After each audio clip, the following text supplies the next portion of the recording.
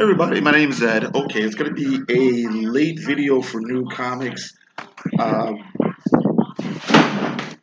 uh-oh. Okay, the wind blew the door closed, that's all.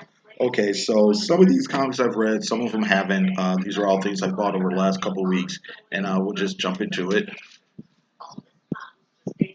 This is coffee. Okay, so first thing I got here is Ted, Ted Nafe, Nafay, Ted Nafay, Ted Nafay, Heroines. At first, I was a little bit nervous about picking up this comic book. As you can see, it's a $7 comic, but I did like the art. I like the colors. It's double sized. The packaging and the production values are really good. So I decided to go ahead and take a chance. And basically, what the story is, this young woman, she's like just graduated from college, and she finds herself in the middle of a superhero fight. And the hero kind of takes him to the headquarters or where the big superhero team lives. And she's like, "Yeah, I want to be part of the team." And he's like, "Yeah, it's probably not going to work. We've already got one woman on the team already, and the other girls we've tried out just didn't work out. So no." And she's like, "Well, fine. I'm going to start my own superhero team, and it's going to be all girls or whatever." And he's like, "What are you going to do? Put an ad in Craigslist?" And then she puts an ad in Craigslist. And basically, it's about getting the band together. And it's pretty funny, pretty lighthearted. I like the art. She hooks up with one character who's kind of this wild card character, another character who's kind of this ninja character, another chick who's really super strong. She's kind of on the masculine side, if you will. And yeah, it's just well paced, um, funny, lighthearted, and it was just a fun read. So I'm glad I took a chance on this comic.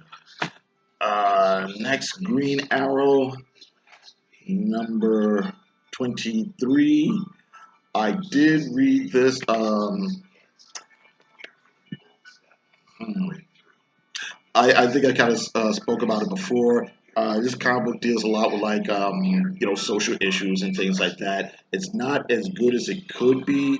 I do feel some of the writing's a little bit clunky, but it's a fast paced story. It's fast moving, lots of action, lots of craziness, and I think I kind of get into it because it's so over the top. Uh, Even though it's a serious comic, it's kind of nutty, and you know what it's like? It's like going to see a cover band or seeing a garage band play, and you kind of notice that the singer might not be the best, the guitarist might not be the best, but they win you over with their enthusiasm. That's kind of how I feel about this comic book. Okay, Destroyer. Victor LaVale, basically bringing together a few science fiction ideas and kind of updating the Frankenstein monster legend. And it's okay, it's okay. It's not bad. I'm intrigued enough to check out the next couple of issues, and I'll decide if I'll stick with it or not. So, yeah, Renato Jones Freelancer #1 by Kyle Andrews or is that Carrie Kyle Andrews? Uh, I think the previous volume was called The One or 1% or something like that. I came close to buying that a couple of times, and I didn't quite pull the trigger on it before, but now I do. But new #1, so I figured I'd jump on. Kind of interesting. You look at this art; it's very much, or it reminds me, I should say, a lot of, say, Tim Sales. It looks a lot like Tim Sales to me or whatever. And yeah, for what it's worth, this is an actual left wing comic book. I mean, you've got this hitman killing machine guy who's trying to um, get revenge on this corporate businessman, corrupt corporate businessman, and there's all this stuff in there about fighting the oligarchy. You got this here. How do you feel about anarchy? You know, a lot of comics these days, especially for Marvel, get called out for being, the far left wing agenda. This comic book actually has a far left wing agenda. And speaking of which, Sam Wilson, Captain America. Okay. Um, I thought this was okay. This is basically the fallout from where Sam Wilson has given up the Captain America mantle, and he's kind of running this sort of almost underground railroad type operation for Inhumans, and helping them get to safe places and helping some people get out of the country and stuff like that. And he's kind of decided he's going to give up being a superhero, but of course, events happens, and he realizes that he can't just walk away. He's got to help people that need help. I probably am going to drop this comic after this issue. I'll check out issue number 23, but the title is really starting to tie in to the whole Secret Empire thing, and I'm just really not a fan of like the Marvel's big events and things. So I'm probably going to jump off, after the next issue. So okay. Also got Odyssey of the Amazons #4 and #5. I've been enjoying this comic. It's written by Kevin. I don't know how to say his name. Gravois, and I think it's so far it's been a pretty entertaining read.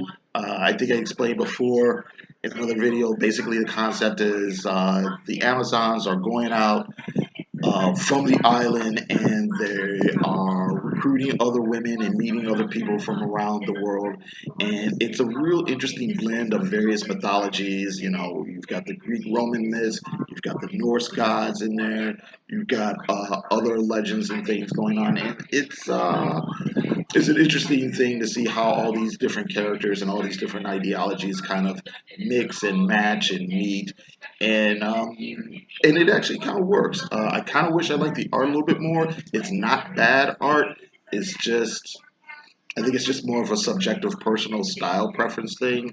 And like okay, okay. So yeah, all right. Kill or Be Killed #9. Um, Ed Brubaker and Sean Phillips. It's been a solid read so far. This issue does not disappoint.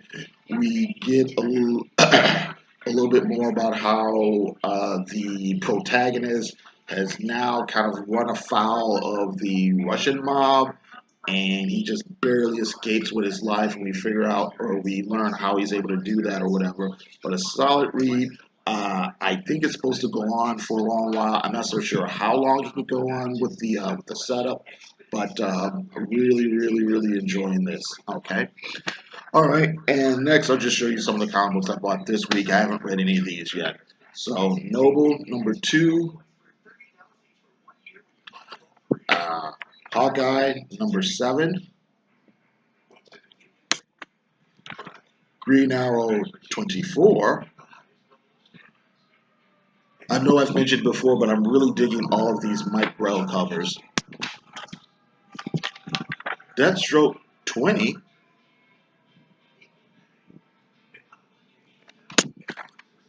Injection #13. Warren Ellis.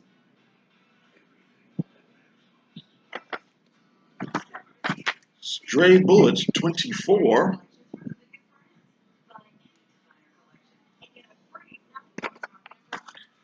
Paper Girls 15.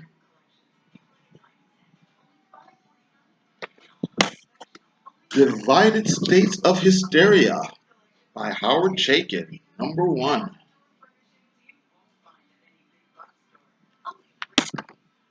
And this I just bought on a whim. Jazz Menard. This is the same company that does Noble. And like I said, I didn't know anything about the comic. It just happened to catch my eye, and I flipped through it. The art looks pretty interesting. So, kind of cartoony, for lack of a better word, though not excessively so. So, so yeah, I thought I'd give it a shot.